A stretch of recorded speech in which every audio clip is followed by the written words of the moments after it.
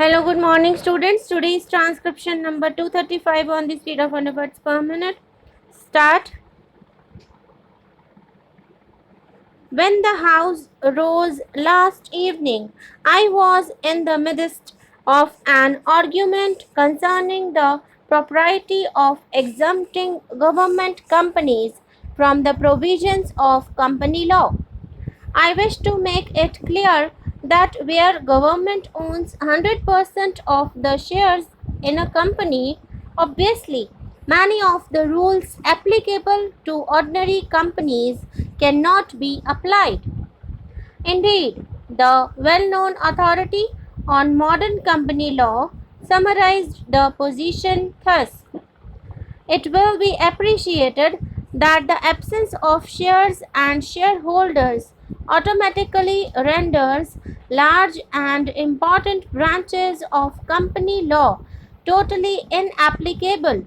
Rules relating to the raising and maintenance of share capital, the control of directors by members, protection of minority shareholders, company meetings, and the like can have no relevance.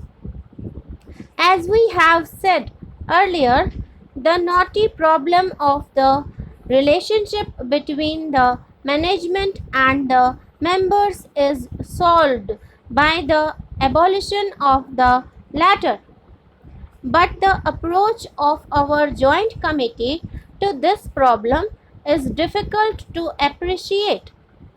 Government companies are put in a peculiarly privileged position. Last night, I happened to peruse the minutes of the 14th meeting of the Joint Committee which considered this question. The recommendations submitted by the Finance Ministry miss the point.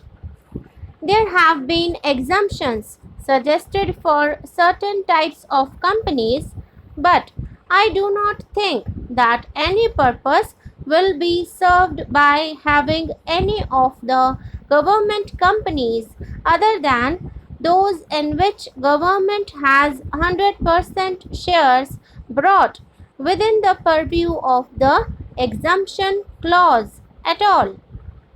We have to bear in mind that a government company in which 51% of the shares are held by the government is not a company which is the exclusive property of the government. It is one in which the government has a technical majority holding of the shares and, in theory, the government, according to the provisions of the bill, is given powers to revoke all the safeguards provided in the company's bill. Let me read out briefly the particular section which covers these exemptions. I want to ask only a few questions of those who have taken a prominent part in the deliberations of the Joint Committee. What is it that you seek to achieve by granting such an exemption?